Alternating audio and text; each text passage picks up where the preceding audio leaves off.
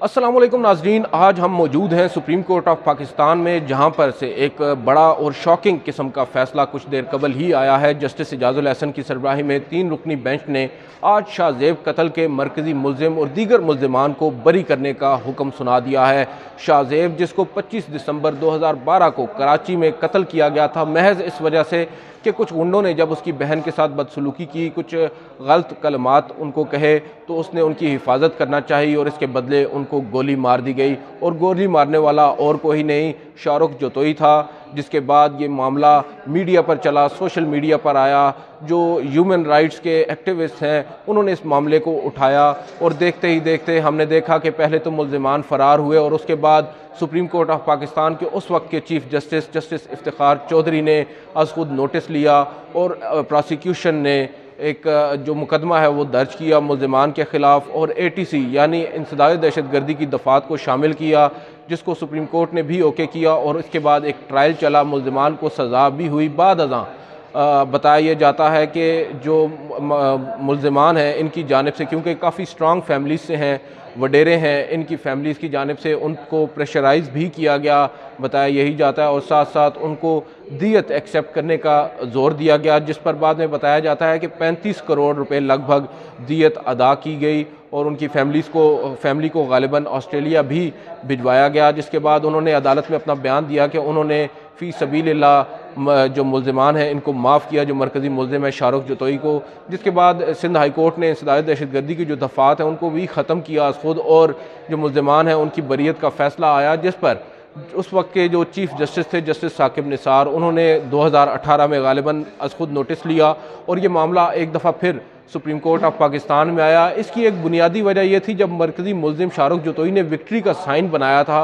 और उस विक्ट्री के साइन ने पूरे जो पाकिस्तान का अदालती या इंसाफ का जो निज़ाम है उस पर एक ज़ोरदार थप्पड़ रसीद किया था, जिसकी गूंज हमें यहाँ इस्लामाबाद में भी सुनाई दी। और जस्टिस साकिब निसार ने उस पर अज खुद नोटिस लिया और अपने साथ 2 और जजेस को, जिनमें जस्टिस आसिफ सईद खोसा जो कि बाद में चीफ जस्टिस ऑफ पाकिस्तान बने, उनको अपने बेंच में शामिल किया। जस्टिस आसिफ सईद खोसा फौजदारी के एक नामवर वकील रह चुके हैं और बहुत बड़े जज भी थे, जिन्होंने अपने दौर के अंदर जो फौजदारी अपीलें हैं उनको भी सुप्रीम कोर्ट में ज़ेर इल्तवा जितनी थी ख़त्म किया। वो एक बहुत बड़े जज थे। उनके सामने ये केस जब लगा तो उन्होंने इंसदाद दहशतगर्दी की दफ़ात ख़त्म करने का जो सिंध हाई कोर्ट का फ़ैसला था उसको कलअदम करार दिया। और उन्होंने कहा कि सिंध हाई कोर्ट ने जब ये दफ़ात लगी थी प्रोसिक्यूशन की जानिब से और सुप्रीम कोर्ट ने उनसे अग्री किया था, तो सिंध हाई कोर्ट ने अपने तौर पर कैसे इन दफ़ात को ख़त्म कर दिया। बहरहाल उसके बाद अदालत ने शाहरुख जतोई और दीगर मुल्ज़िमान जो कि उस वक्त कमरा अदालत नंबर 1 के अंदर मौजूद थे, हम भी वहाँ पर उस वक्त मौजूद थे, शाहरुख जतोई से पूछा भी कि आपने विक्ट्री का साइन क्यों बनाया, तो उसने उस वक्त खड़े होकर जवाब दिया कि साईं उस वक्त तो बचपना था। जिस पर मोअज़्ज़िज़ जज ने उसको बैठने का हुक्म दिया और कुछ ही देर के बाद उसकी जो सज़ा है उसको बरकरार रखते हुए कमरा अदालत से ही उसकी गिरफ़्तारी का हुक्म दिया और दीगर मुल्ज़िमान की भी गिरफ़्तारी का आप विजुअल्स में देख सकते हैं। अभी हम आपको विजुअल्स भी दिखा रहे हैं। ये बुनियादी तौर पर इस केस की हिस्ट्री है। उसके बाद अब जो इंसदाद दहशतगर्दी की दफ़ात हैं उनके ख़िलाफ़ एक दफ़ा फिर जो उनके वकील हैं सरदार लतीफ़ खोसा, जो कि साबिक़ गवर्नर पंजाब भी हैं और पाकिस्तान पीपल्स पार्टी के मरकज़ी रहनुमा भी हैं, वो इस केस में शाहरुख जतोई और दीगर मुल्ज़िमान को रिप्रजेंट कर रहे हैं। और उन्होंने आज अदालत के सामने, जो जस्टिस इजाज़ुल हसन की सरबराही में 3 रुकनी बेंच था, उसके सामने अपने आर्ग्यूमेंट्स दिए और उन आर्ग्यूमेंट्स में उन्होंने जो है वो मौक़िफ़ अपनाया कि क्योंकि सुलह हो चुकी है, मुल्ज़िमान को माफ़ कर दिया है मकतूल के वरसा ने, और जो इंसदाद दहशतगर्दी की दफ़ात हैं उनका कुछ जवाज़ नहीं बनता। बहरहाल अदालत उनके आर्ग्यूमेंट से कन्विंस हुई और उनको अब अदालत ने बरी करने का हुक्म दे दिया है। क्योंकि जो यहाँ पर थोड़ी सी कॉम्प्लिकेशंस इस वजह से हैं, मामला कॉम्प्लिकेटेड इस वजह से हो रहा है, कुछ लोगों को समझ नहीं आ रही। जो 302 की दफ़ा थी, कत्ल की दफ़ा थी, उससे तो वो ऑलरेडी ही हो चुके थे बरी, क्योंकि उनका जो राज़नामा है, जो सुलह है, जो उनको माफ़ किया गया था दियत की सूरत में, उसकी वजह से। लेकिन अब जो इंसदाद दहशतगर्दी की दफ़ात थी उसकी इंसदाद दहशतगर्दी की अदालत ने इनको सज़ा सुना रखी थी। अब जब इंसदाद दहशतगर्दी की दफ़ात ख़त्म हुई तो इनकी वो सज़ा भी ख़त्म हो गई और अब वो बरी हो चुके हैं।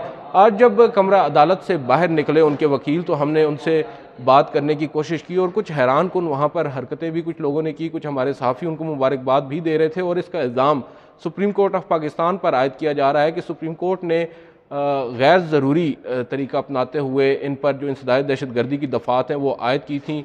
इस्लाम के अंदर एक तरीक़ाकार मौजूद है दियत का, और जब दियत अदा कर दी जाए तो कत्ल का मुल्ज़िम जो है उसको रिहाई मिलती है। लेकिन यहाँ पर सिर्फ अपनी ईगो को सेटिस्फाई करने के लिए उस वक्त के चीफ़ जस्टिस और कुछ दीगर जजेस ने दोबारा से अज़ खुद नोटिस लेकर उनको जेल भेजा और कमरा अदालत से ही उनकी जो गिरफ़्तारी है उसका हुक्म दिया, और यहाँ से हमने देखा कि पुलिस उनको अपने हिरासत में लेकर चली गई।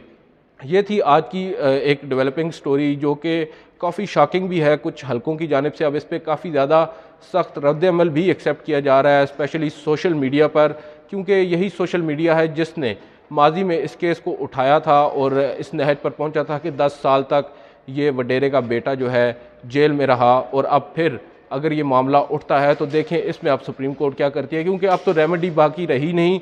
सुप्रीम कोर्ट ऑफ पाकिस्तान ने खुद ही फैसला सादिर कर दिया है। आज की इस वीडियो से इतना ही। आपसे अगली वीडियो में मुलाकात होगी। इजाज़त दीजिए। अल्लाह हाफ़िज़।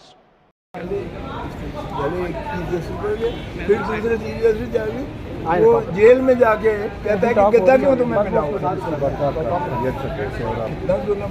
10 साल के बाद 18 साल का था।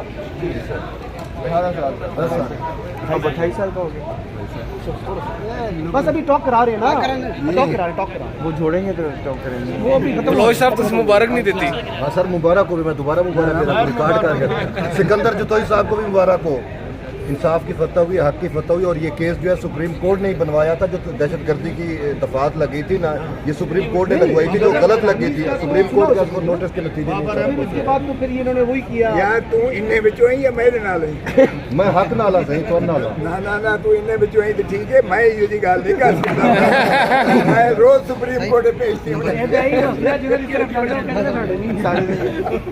मैं किस तरह कह सकता कि सुप्रीम कोर्ट ने बनवाया? हाँ जी, चले शुक्रिया करें ना, इधर ये खोसा साहब की टॉक करानी है ये वाली वीडियो